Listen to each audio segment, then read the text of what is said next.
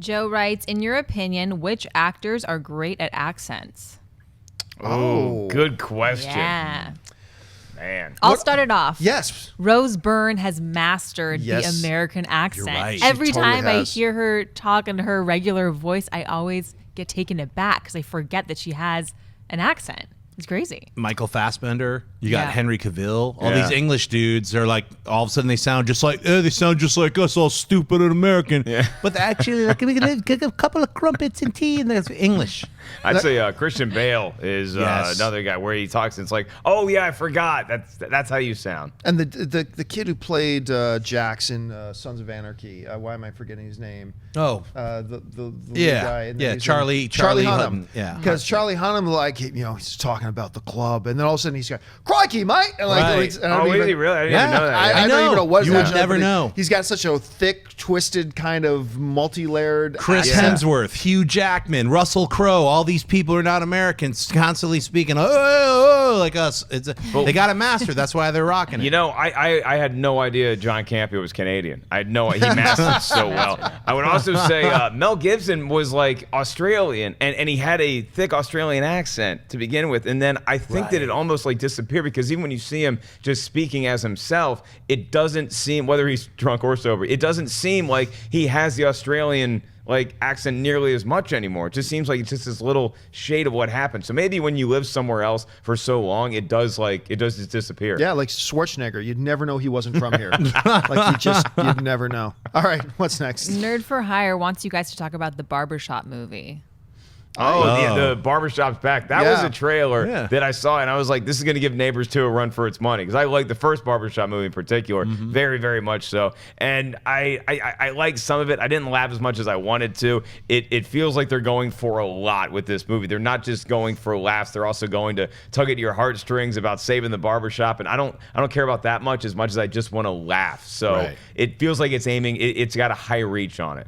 I wasn't thrilled with the trailer because I felt like they were reaching in too many different directions. Right. I felt like they're going for comedy, and they're going for like a save the shop, and then they're going for socio-political commentary with what's going on in the neighborhoods and stuff like that, and the gang youth and all that kind of stuff. So and that might just be the trailer to me, but just for me, the trailer was trying to do too many things that I never got a sense of an identity of the film. But Cedric the Entertainer, when he just refuses to get down at the end of at the end of the trailer because they're shooting, he's like, "I'm too old to get." That was funny. Well, that's who's going to win it for me is Cedric. So Yeah. it's like that's what I loved about the original Barbershop, Cedric and Ice Cube. So I mean, seeing those guys back, and I want quality time in that barbershop. That's all I care about. All right, what's next? Sean Lallen writes, what bad movie would you like to fix to make better? Mine is Grown Ups. Grown Ups is a good one. I was going to say any Adam Sandler movie of the last 5 years, but Yeah, I don't know really. if I don't necessarily even think you have to fix them. Just Yeah, I Just would. let 'em to go. A comedy that I always thought should be funny, and then you go into the movie and you realize that this is just a bunch of famous people who wanted to go on vacation. A lot like what Grown Ups is too.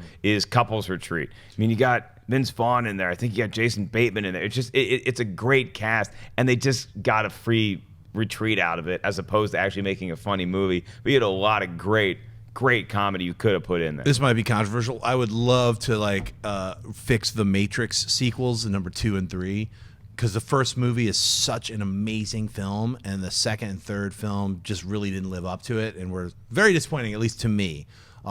Where I felt certain sequences, in my opinion, could have been cut, and other sequences could have been moved around.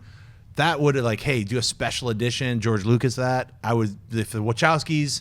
I think they, they're 100% into it. They're like, we wrote this, and that. But if they ever we'd love to revisit the Matrix sequels and reshoot stuff and redo it or whatever. If it was tampered and taken away from them or something, I know that's not what happened. Well, you brought up the name George Lucas. How about the most obvious one? Right. Howard the Duck. That's a movie that I think could have been so much better than it was. Oh, and those 3 other prequel movies too. All right, what else? Matt Stoker writes, if you could eat or drink any fictional food from any movie, what would it be and why? I mean, my mind automatically goes to blue milk. Even though when we were watching Star Wars A New Hope, it's like we're watching Aunt Beru cook, and Uncle Owen has this permanent look on his face where he's like, oh, God, she's cooking again. All right. But the blue milk is something I'd have to try. Death Sticks, I'd probably want to try it, too, if we get out of the Star Wars universe. It's not technically a food. Yeah, well... I mean, some people Yeah. survive on death sticks. Yeah, Yes. for a like long that weird time. guy. Would you like some death sticks? Any of the candies from Willy Wonka, but they've actually made them available, but they didn't taste the way I think they should have tasted. Not so- fizzy lifting drinks. They're still Right. working on those. A schnozzelberry or whatever those things. What's are. the eternal flavor, the gum that doesn't lose its flavor? I still Yeah, waiting for that that, would be to come along. crazy. Yeah. All right, what's next? Nick writes, do you guys have drive-in movies in California, or have you ever been to one? If so, what's your favorite memory? Hell yeah, we got drive-in movies, son. City of Industry. It's one of the coolest ones I've been to. I went to a bunch when I was in Connecticut as a kid.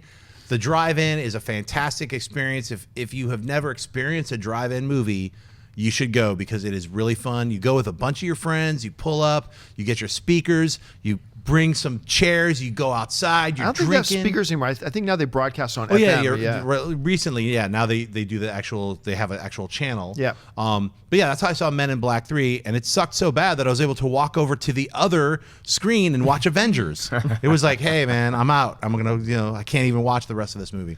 Yeah, usually drive-ins now, the way City of Industry works, it's 4 screens, and they have 2 movies at each of those screens. So it's great, and it's a different experience than going to the actual movie theater. It's a little more communal, and in the center where all the projections are, they have like you could buy a bunch of fries or hot dogs, sodas, and candy, and it's like it really is like a fun experience if you've never done a drive-in. My parents used to take us to drives all the time. Now this was up in Canada. I went, but I remember what my last one with my family was. At any rate, this one will never leave me. It'll never haunt me. I don't know if they thought people weren't going to see him because behind me, but one couple was standing up in the back of a pickup truck having sex while the movie was going on. Damn. And my parents just like, just watch the movie screen. And I'm like, Wow. I'm like, Wow. so that was the last time my parents took me to go see the I movies. really hope that woman had her contraceptive toast. Right.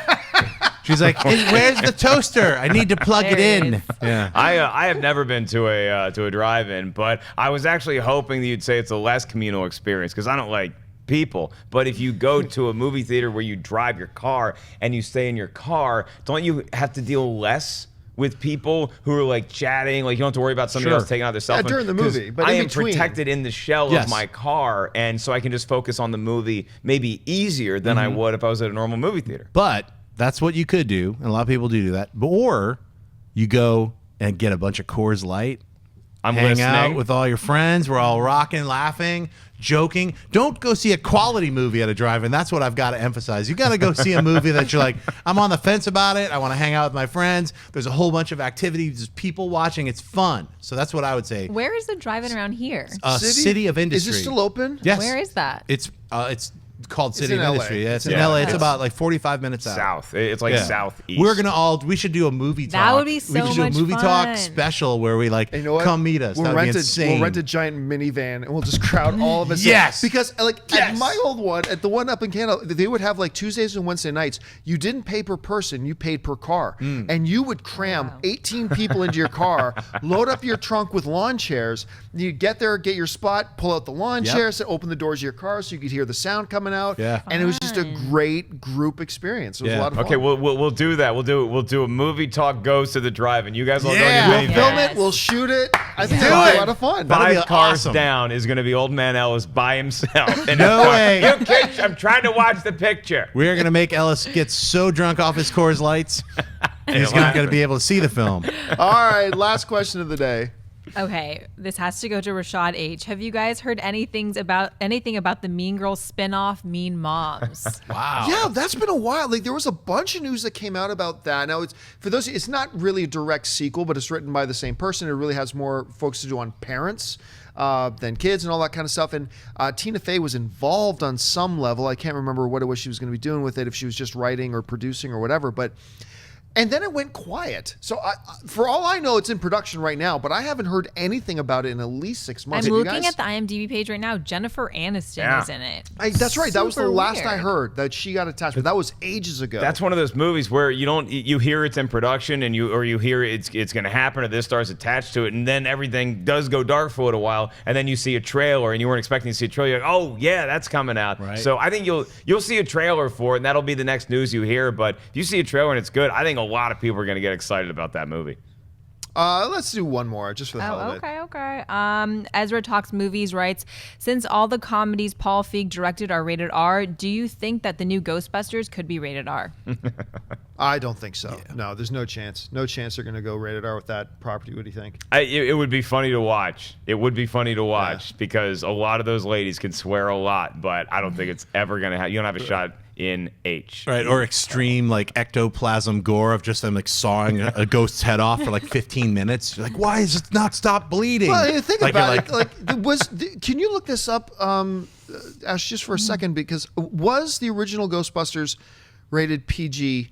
Or was it rated R? It was not rated R. I did think it was rated R, but think about it. There's a scene where Dan Aykroyd gets a blowjob from a ghost. I think on it's PG. screen, it insinuates his. Well, okay, yes, the fly goes down, his eyes go up, and that's what we see. We don't see like hardcore. Oh my was gosh! happening? I don't remember this. You guys are like ruining my childhood. What are you talking about? It's like that's the adult humor. I like, didn't the even adults get got it, but that. the kids didn't get it. So, Yeah, it's not like Slimer's going to town on Bankman and like you're just watching it happen. About? Right. No, it'll be PG. I don't even think it'll be PG. Bankman comes around the corner, sees all this goo on his crotch. I mean, he does get slimed, so. Yes, he does get slimed. Was that a metaphor? I don't know. Just make He sure. says he got slimed. Make sure you know where to put that jelly, ladies and gentlemen. I think it'll be PG-13. Yes, I know. I totally agree. Totally agree. Hey guys, if you like this clip, click here to watch the entire episode. Also, make sure you subscribe to our YouTube channel because it'll help you stay up to date with all the stuff we've got going on here at Collider.